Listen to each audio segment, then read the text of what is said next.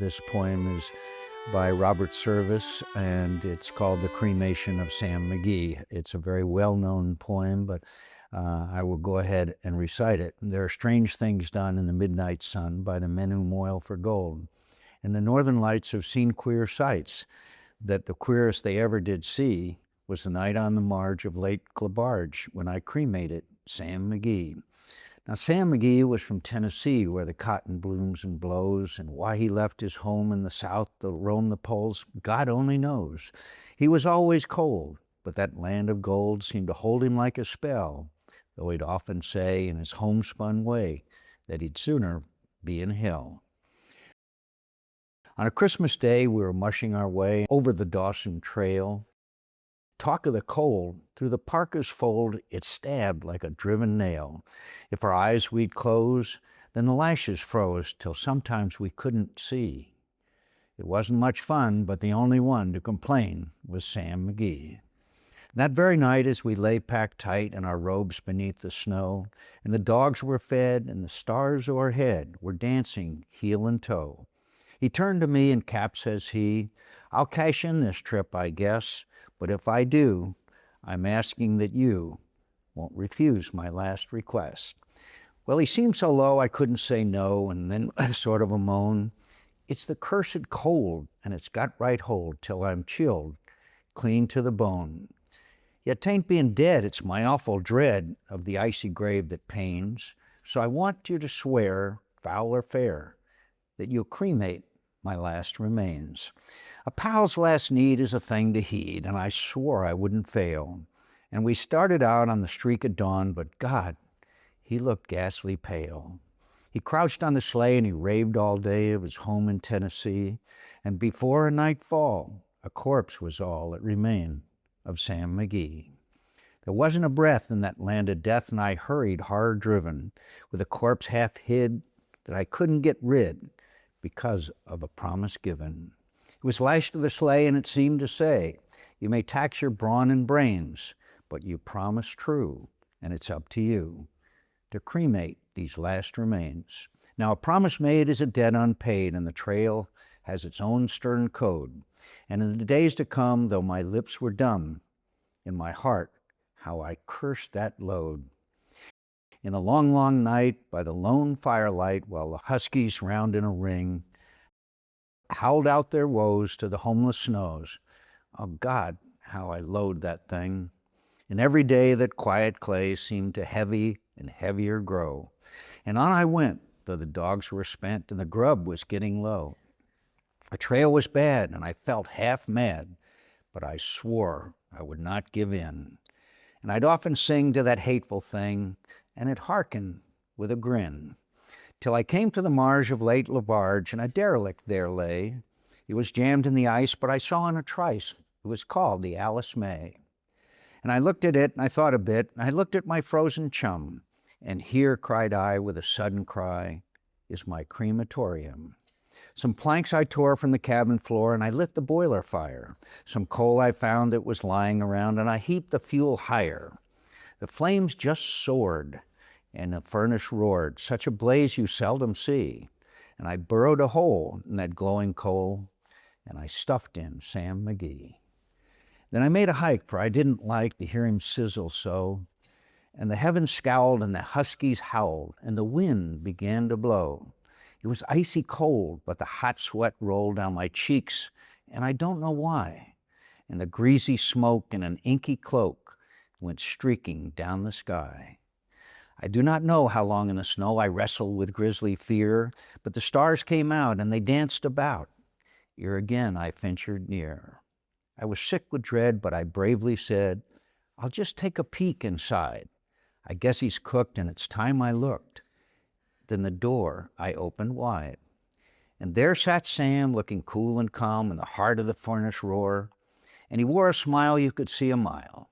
And he said, "Please close that door.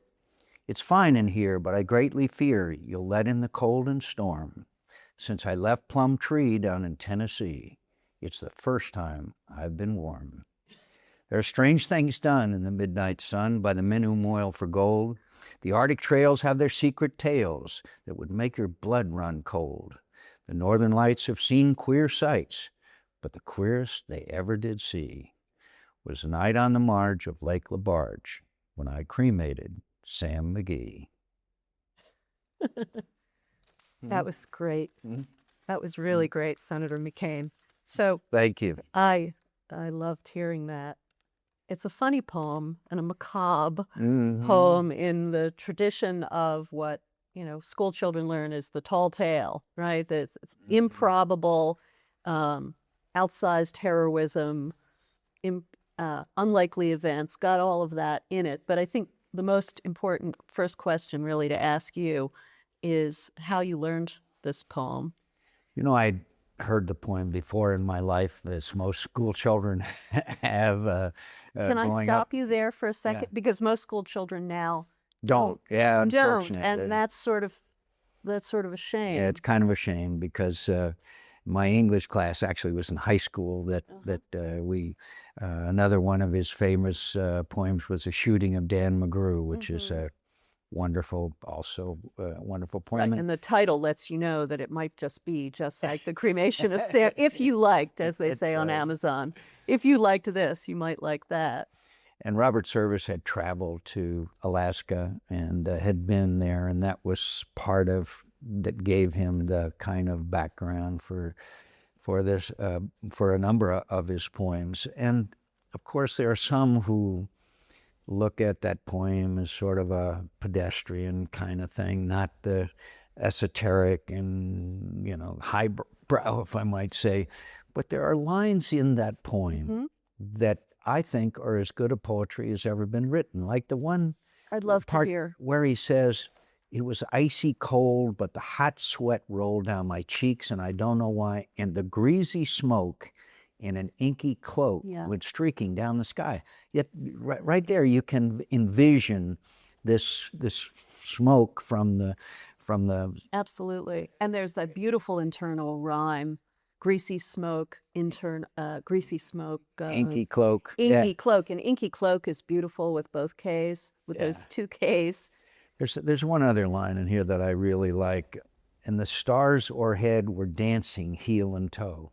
You know, you can again envision his description of the kind of environment that he describes is really remarkable. And so, I love it. I don't think we need to apologize for this poem. Actually, I think the visual poetry you've just pointed to is absolutely wonderful. And also, you know, this poem, I said, "The Tall Tale," it hears like, it sounds like Mark Twain. This is a vernacular American voice that finds in this. And it harkens of an era of the gold rush, you know, and the stories we heard when we were children about how people left and went to Alaska, and unbelievable stories. And it establishes a storytelling voice, and it in a way tells us that our history of the frontier is worth telling, is worth elevating with the formal devices of poetry. It's my job sometimes to point out those formal devices. It's written in a wonderful heptameter, which means, in case you've forgotten from high school, which means that there are 7 stresses in the line, and in more or less every line, some are a little longer than others, some are a little shorter. But I think that that's part of what helps you read it as beautifully as you do, because your voice learns those stresses. And could I mention one other aspect of it? That the whole gold rush in Alaska was an incredible time. Men, primarily, almost exclusively, except for certain ladies, went to accommodating ladies. There you go. They left their homes, they left their families, they left whatever, the farm, whatever it was, and they went to a place they'd never heard of. And when I was younger, I loved the Jack London stories. One of my favorite Jack London short stories is "To Build a Fire." The guy that tries the first time to light the fire, he's by himself, and the old guys that told him, "Don't ever travel alone," and he, you know, it's Right, and Call of the Wild. Yeah, Call of the That's right. Wild and White Fang, I think was anyway. This also is reminiscent of an era in America which is just impossible for us to comprehend. That young men working all over America, whether they be in the crowded New York City or on the farms of Nebraska, said, "Hey, I'm going to Alaska. I'm going in the gold rush." I mean, they had no clue as to what it was. They just heard there was gold. And thousands came, and thousands died too. What's interesting, I mean, it's one thing to be seized by the profit motive. It's another thing to have to live in Alaska.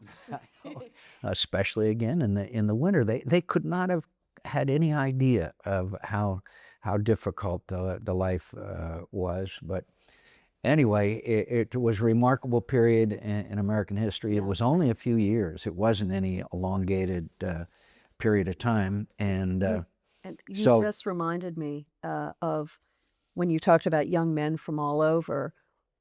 I had wanted to ask you about Sam McGee from Tennessee, and that, that this is a guy who really can't stand up to the rigors of the wilderness. I mean, the poem is really just about someone who's not adjusted to the climate.